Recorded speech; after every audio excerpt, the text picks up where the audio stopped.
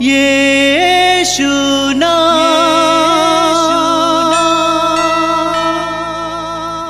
यीशु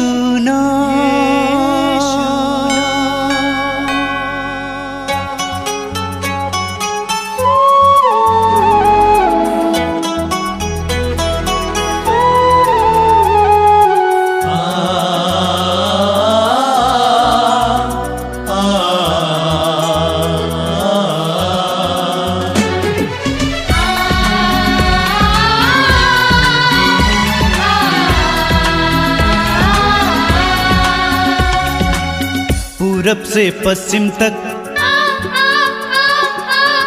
उत्तर से दक्षिण तक, पूरब से पश्चिम तक, उत्तर से दक्षिण तक, गूंजे गूंजे यीशु नाम, यीशु नाम। पूरब से पश्चिम तक, उत्तर से दक्षिण तक, गूंजे गूंजे यीशु नाम, यीशु नाम।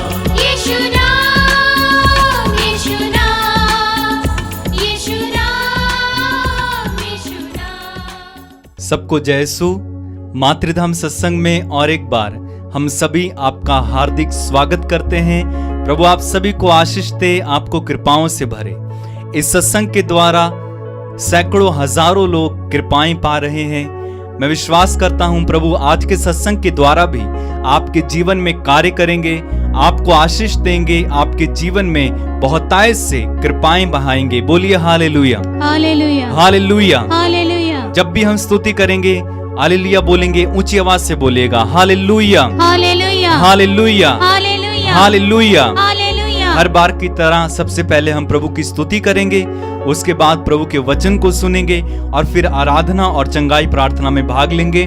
मैं आपसे निवेदन करता हूं पूरे सत्संग में भाग लीजिए और अन्य लोगों को भी जल्दी से शेयर कर देंगे ताकि दूसरे लोग भी इस प्रार्थना में जुड़ सके हमारे साथ और प्रभु की कृपाएं और आशीषें पा सकें। बोलिए hallelujah, hallelujah, hallelujah, hallelujah. Yeshu की स्तुति हो, यीशु की आराधना हो, हालेलुया, हालेलुया, हालेलुया। हे प्रभु यीशु, इस सुंदर समय के लिए हम आपको धन्यवाद देते हैं, आपकी स्तुति करते हैं, आपकी आराधना करते हैं। तू महान है, हम तेरी आराधना करते हैं, तेरी महिमा करते हैं। Hallelujah, hallelujah, hallelujah. मेरे पीछे दोहराएंगे, अपने ईश्वर का भजन गाना कितना अच्छा है, उसकी स्तुति करना कितना सुखद है। Hallelujah, hallelujah.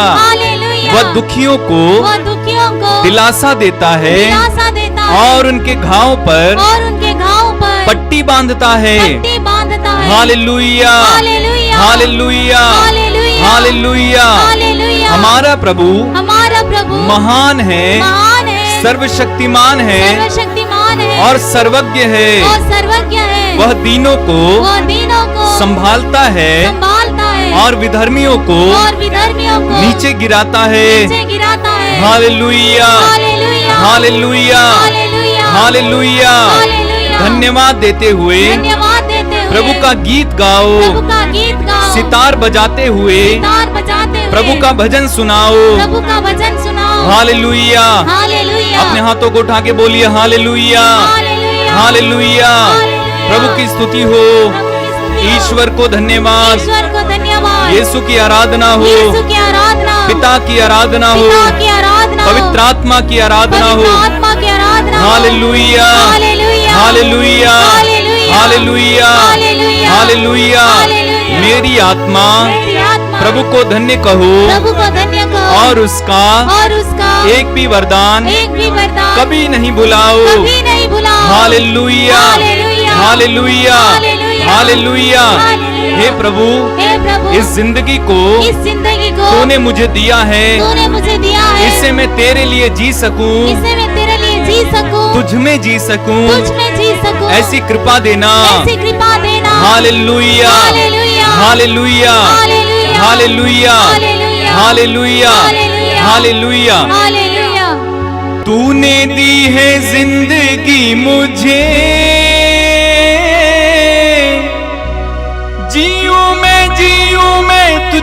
ही। यीशु जी यीशु जी यीशु जी, करूं मैं महिमा तेरी। कहिए यीशु जी यीशु जी यीशु जी, करूं मैं महिमा तेरी। इस सुंदर गीत को हमारे पीछे गाते जाएंगे और प्रभु की आराधना और स्तुति करेंगे।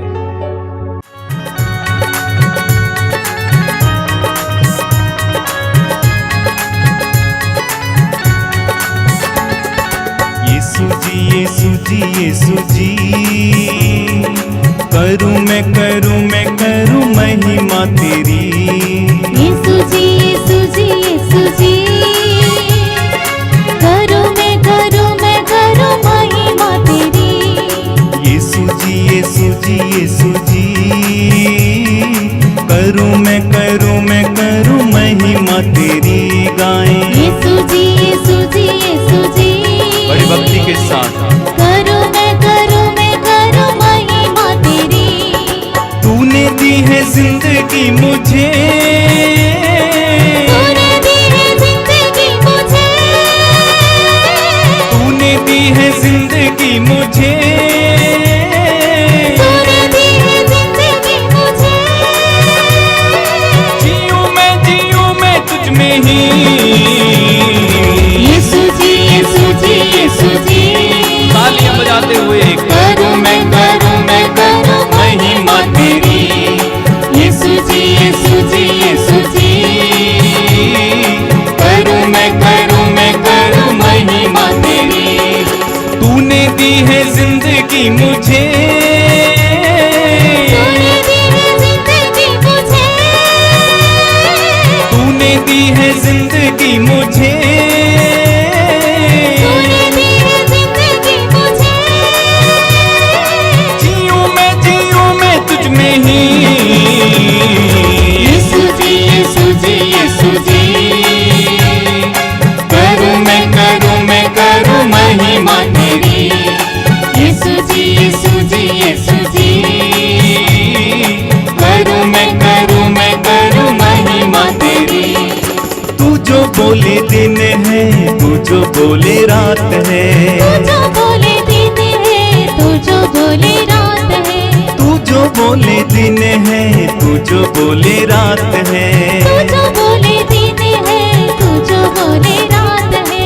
तू जो बोले दिन है, तू जो बोले रात है। तू जो बोले दिन है, तू जो बोले रात है। तू जो बोले बोलूं मैं वही।